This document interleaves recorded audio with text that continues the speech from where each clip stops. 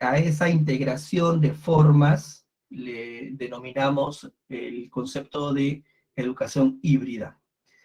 El Ministerio de Educación, en la resolución ministerial 531, que se publicó días antes de que se termine el año 2021, nos explica, desde el punto de vista pedagógico, cuáles son estos elementos que nos puede orientar. ¿Ya? Yo lo voy a comentar. ¿Se escucha bajo el volumen? Me confirman otros si se escucha bajo el volumen, si no, voy a leer. Está bien, maestro. Se escucha bien. Ya, muy bien, maestra. Le pido que de repente suba el volumen de sus audios. ¿Ya? Muy bien. Continúo entonces. Entonces vamos a generar esta reflexión a partir de algunos elementos que hemos extraído de esta resolución ministerial, y te voy a pedir por favor que si tienes alguna duda, inquietud, el chat, o levantas la manito. Milena, te escuchamos. ¿Quieres participar? Milena Elizabeth. Me parece que no, está probando la manito, me parece. Continuamos. Vamos a trabajar los siguientes contenidos. Vamos a hablar de la 531. A partir de estos conceptos que se están incorporando en nuestra práctica, el denominado concepto híbrido. En el segundo punto vamos a ver este análisis que yo he extraído, pequeños pedacitos de esta clase que hice con un grupo de niños de quinto grado de primaria, chicos que estaban conectados por internet desde sus domicilios, y un estudiante que era presencial. He montado un aula supuesta y a partir de ello vamos a reflexionar qué condiciones se necesitan, vamos a reflexionar qué aplicativos he usado, bajo qué tecnología he planteado yo mi clase. Voy a dar algunos alcances en relación a eso y también voy a mostrar algunos procesos que he realizado para que esto se haga efectivo. Para eso voy a citar fuertemente a Google Workspace como principal herramienta. He usado íntegramente el contenido de Google Educación, a sabiendas que este año, bueno, del año pasado, 2020, diciembre, ya Google ha generado un convenio con el Ministerio de Educación. Las tablets que han sido proporcionadas a diferentes comunidades en nuestro país tienen la integración de la cuenta aprendecasa.p, que te permite trabajar con el entorno Google Workspace. Entonces, esa es la tecnología que estoy usando. Ahora bien, no solamente es para el Estado. Si tú trabajas con una cuenta gratuita Gmail, también lo puedes hacer, y si trabajas con una cuenta institucional de tu colegio, también, y si no tienes ni aprendoencasa.p y quieres, no perteneces a un colegio que tiene esos elementos y deseas tú tener una cuenta de Google Workspace profesional, también voy a citar algunos ejemplos de cómo hacerlo.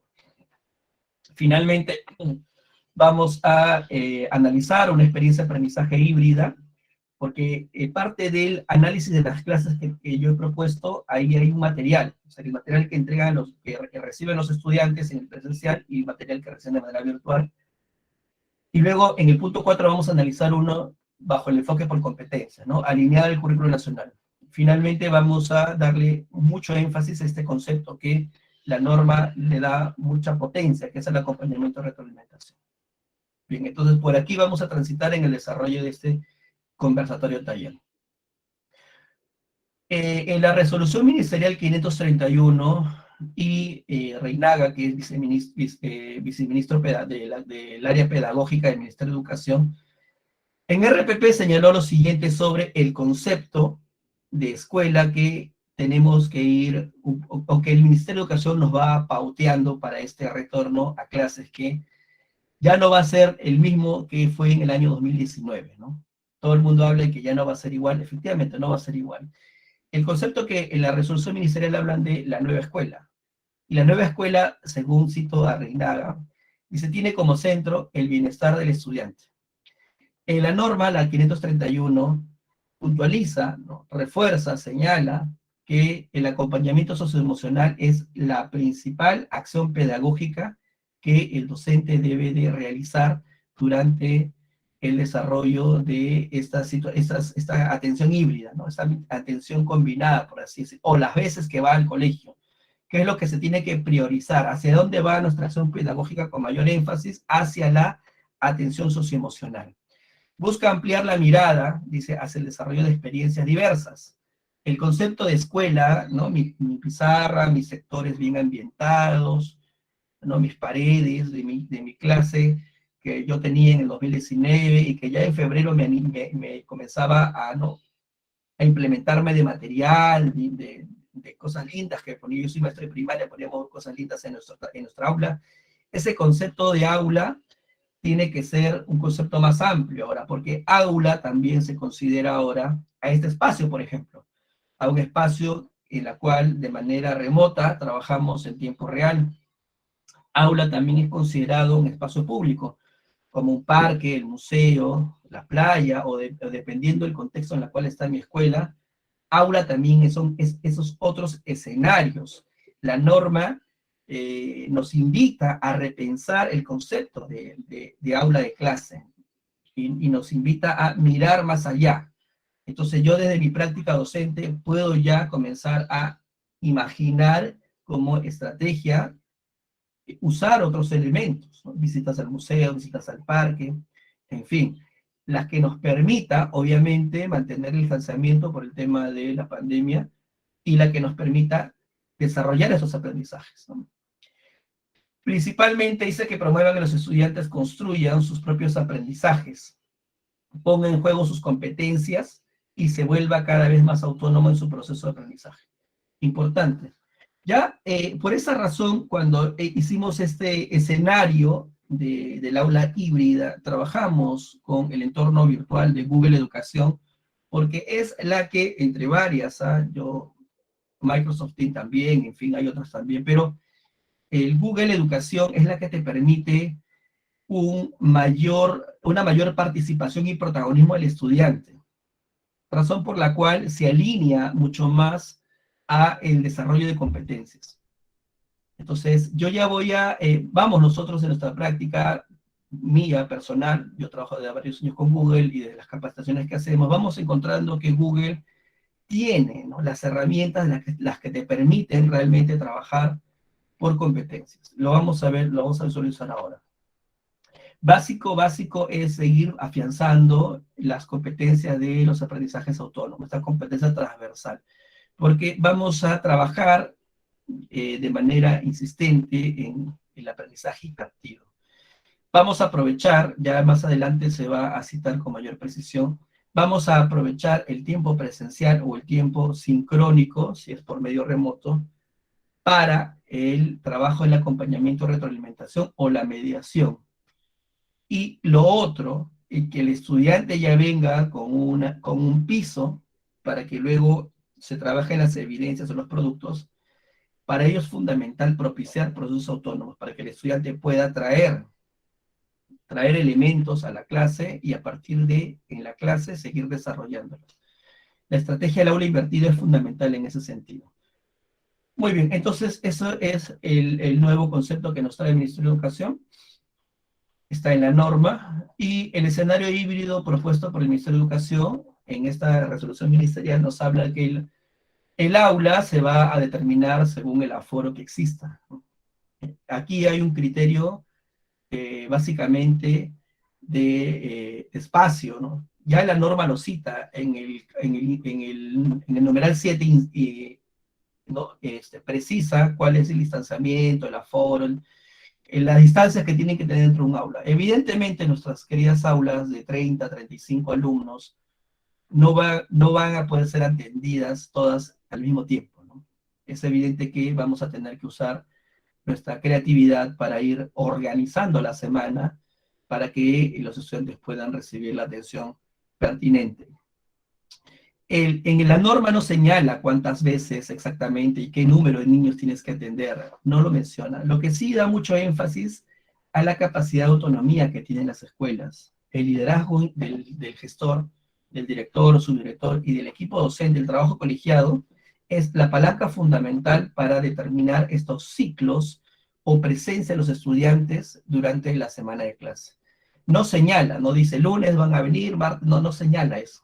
No pone un parámetro de 4 horas, pero se está flexibilizando. El último entrevista que escuché al ministro de Educación hablaba de cierta flexibilización en ese sentido, principalmente en las zonas urbanas donde hay mayor riesgo de contagio. Entonces, es importantísimo situarnos en el mes de marzo como semana clave para la organización institucional. Aquí el trabajo colegiado es fundamental, ¿no? Y involucrar a los padres de familia, si es que atiendes a niños pequeños, más todavía, ¿no? El entorno virtual es el aprendizaje remoto, que puede ser sincrónico y asincrónico. Y cuando hablo de asincrónico, aquí ya estamos hablando de el aula invertida, ¿no? Con material que se puede entregar, y ahora vamos a mostrar un modelo también. Y la comunidad como tercer elemento de aprendizaje. La comunidad es un espacio de aprendizaje y desarrollo para que los estudiantes puedan trabajar. Muy bien. ¿Qué más tenemos aquí? Y aquí señala, en relación a los aprendizajes, qué es lo que se entiende por un escenario híbrido. La norma lo conceptualiza como proceso de enseñanza-aprendizaje híbrido. Así lo señala, ¿no? En la cual dice se desarrollan experiencias de aprendizaje utilizando momentos presenciales y a distancia. Combinación de ambas, sincrónicos o asincrónicos. Estos 4 conceptos ahora los voy a delimitar mediante un organizador visual, ¿ya? Que es producto de nosotros, nuestra reflexión. Así como en diversos espacios del territorio para el desarrollo de las competencias de los y las estudiantes. La comunidad educativa determina las formas de atención. Es el equipo colegiado, los maestros, la reflexión en conjunto, la que va a ayudar a determinar cómo va a ser el retorno de los estudiantes. Evidentemente, la determinación de la frecuencia o su asistencia va a estar enmarcada por el tema de la pandemia. Aquí un esquema que nos ayuda un poco a entender la dinámica de los conceptos según la resolución ministerial y según nuestra percepción como docentes. Básicamente, híbrido se define como proceso de enseñanza-aprendizaje, ¿ya? Y lo híbrido es por los escenarios en los cuales se va a desenvolver o se va a desarrollar estos aprendizajes. Para ello hay dos cosas elementales, dos cosas básicas, ¿no? Una de ellas es el cuidado emocional. El cuidado socioemocional es fundamental. La norma dice, voy a tratar de parafrasearla, ¿no? El pretender desarrollar, ¿no?, procesos cognitivos complejos sin antes atender el estado emocional del estudiante es como, ¿no?, trabajar o llenar en un saco con hueco en la parte de abajo. Es importantísimo que nuestra práctica, nuestra acción pedagógica se centre en la atención socioemocional. Por eso es fundamental el trabajo de la tutoría. El trabajo de la tutoría es un detalle importantísimo en este escenario híbrido. Solo a partir, ¿no?, de una contención socioemocional se puede permitir el desarrollo de las experiencias de aprendizaje. Importante. Lo dice la norma, lo señala, y también lo señala un criterio de cualquier docente profesional que quiere y estima a sus estudiantes. No podemos trabajar con un grupo de estudiantes que no se sienten bien socioemocionalmente, ¿no? Y hay momentos de atención que son determinados por el trabajo colegiado, por el trabajo en conjunto, el directivo, los maestros, docentes, la comunidad en pleno. Que tiene 2 escenarios, el presencial, que se va a determinar por el MINSA, por el tema de la pandemia, y el a distancia, ¿no? Y puede ser rotativo, en este caso el semipresencial, que va a ser más recurrente en zonas urbanas, ¿no? En Lima principalmente, en zonas de las ciudades. ¿Por qué? Por el aforo. Un aforo de una comunidad de la sierra no es igual, o de la selva no es igual que el de la costa, ¿no? En Lima hay colegios que las aulas pasan para 45 estudiantes o más. Entonces, aquí ya funciona un criterio de semipresencialidad.